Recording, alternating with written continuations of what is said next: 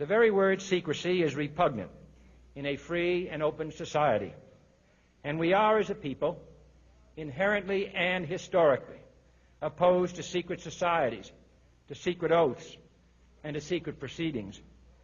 We decided long ago that the dangers of excessive and unwarranted concealment of pertinent facts far outweighed the dangers which are cited to justify it.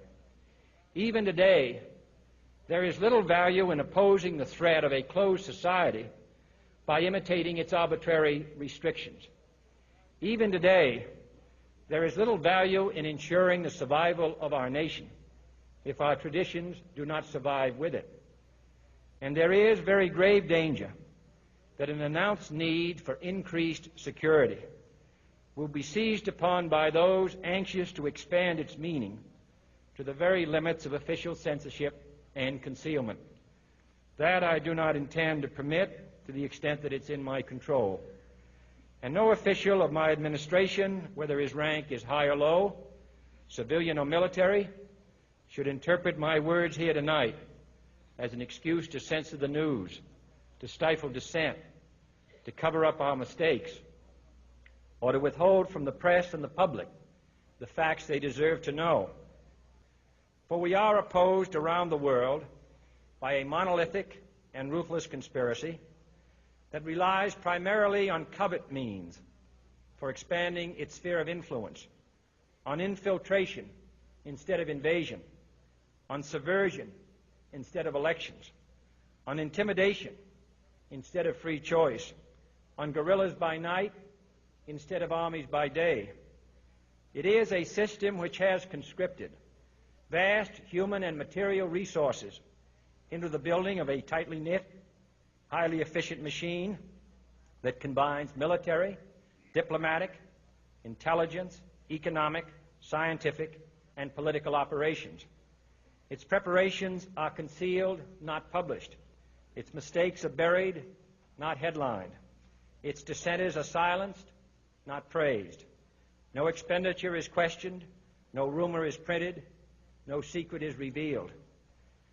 No president should fear public scrutiny of his program, for from that scrutiny comes understanding, and from that understanding comes support or opposition, and both are necessary.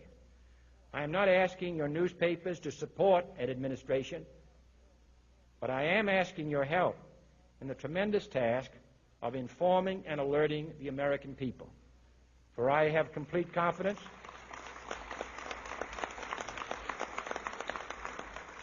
in the response and dedication of our citizens whenever they are fully informed. I not only could not stifle controversy among your readers, I welcome it. This administration intends to be candid about its errors.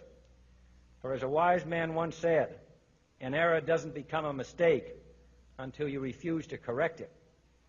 We intend to accept full responsibility for our errors, and we expect you to point them out when we miss them. Without debate, without criticism, no administration and no country can succeed, and no republic can survive. That is why the Athenian lawmaker Solon decreed it a crime for any citizen to shrink from controversy. And that is why our press was protected by the First Amendment, the only business in America specifically protected by the Constitution, not primarily to amuse and entertain, not to emphasize the trivial and the sentimental, not to simply give the public what it wants, but to inform, to arouse, to reflect, to state our dangers and our opportunities, to indicate our crises and our choices, to lead, mold, educate, and sometimes even anger.